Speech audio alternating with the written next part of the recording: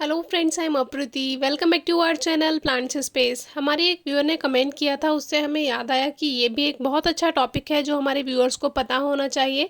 लेकिन उससे पहले पहले टिकोमा प्लांट आप देख लीजिए, बहुत अच्छे से ग्रोथ कर चुका है और इसमें एक जो टहनी है वो सबसे लंबी निकल चुकी है इसमें। तो अगर प्लांट की हाइट को आपको अच्छा रखना है तो जो मेन ब्रांच है उसको सपोर्ट दे के सीधा रखिए, क्योंकि ग्रोइंग सीजन है या नहीं है उससे मतलब नहीं है, आपको शुरू से मेहनत करनी होगी।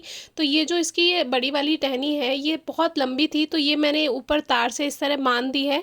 अभी फिर भी ये थोड़ी झुक रही है, लेकिन फिर भी इसको सपोर्ट देके मैं स्टिक से इसको सीधा रखूँगी, जिससे इस प्लांट की हाइट अच्छी हो जाएगी। फरवरी में भी हमने आपसे शेयर किया था कि प्लांट की हाइट को शुरू से ठीक रखिए तो वो सही रहेगी, जैसे कटिंग प्रूनिंग का टाइम होता है तो उस समय। तो आ जाते हैं अपने टॉपिक पे। फ्लावरिंग तो बहुत अच्छी हो रही है इस समय।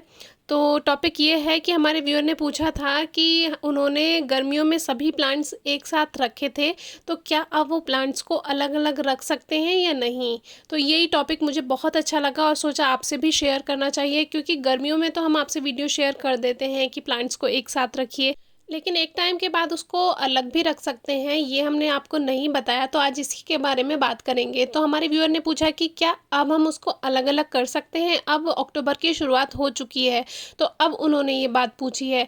तो ये काम आप लगभग लगभग अगस्त से कर सकते हैं, प्लांट्स को अलग अलग कर सकते हैं। क्योंकि हम गर्मियों में एक साथ प्लांट्स को रखने को इसलिए बोलते हैं क्योंकि जो गर्मियाँ होती हैं, ख़ास तौर से जून तक का जो मौसम होता है वो ड्राइनेस होती है, मौसम में सूखापन होता है।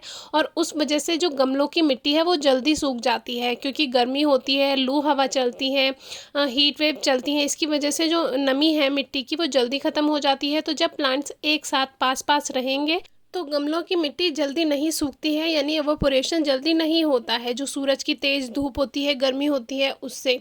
तो इसीलिए हम गर्मियों में आपको बोलते हैं कि आप प्लांट्स को पास पास रखें, तो उससे जो तेज़ हवाएं हैं, गर्म हवाएं हैं, लू जो चलती है, वो हीट वेव जो होती है, तो उसका असर कम होता है प्लांट्स पे। लेकिन प्लांट्स को एक साथ रखने का काम आप लगभग लगभग जून तक ही कर सकते हैं, या ज़्यादा से ज़्यादा जुलाई तक कर सकते हैं, क्योंकि कभी कभी जुलाई में भी बारिश शुरू नहीं होती हैं। रेनी सीज़न जुलाई से अक्सर आ जाता है। लेकिन अगर बहुत ज़्यादा गर्माहट है, सूखापन है मौसम में, तो जुलाई तक आप प्लांट्स को साथ साथ रख सकते हैं। बाकी उसके बाद आप प्लांट्स को अलग अलग कर सकते हैं अगस्त से, क्योंकि अगस्त के बाद उन्होंने ये कहा कि अभी हमारे यहाँ तो बहुत तेज़ गर्मी भी है, टेम्परेचर हाई है।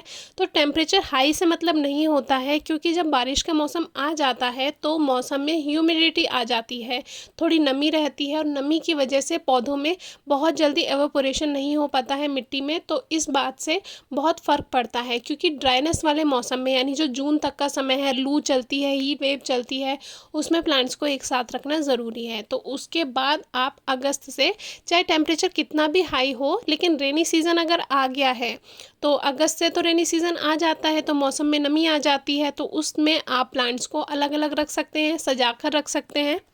और बाकी अब तो आप रख ही सकते हैं, क्योंकि अब तो अक्टूबर की शुरुआत हो चुकी है, दूर दूर रख सकते हैं। मौसम में थोड़ी ठंडक भी आ गई है, टेम्परेचर थोड़ा अभी है, हाई है, लेकिन फिर भी अभी मौसम में इतना थोड़ा सा हल्की ठंडक आ गई है। सुबह को या रात को अगर आप देखेंगे तो मौसम में हल्की सी ठंडक आ चुकी है, तो अब प्लांट्स को अलग रख सकते हैं।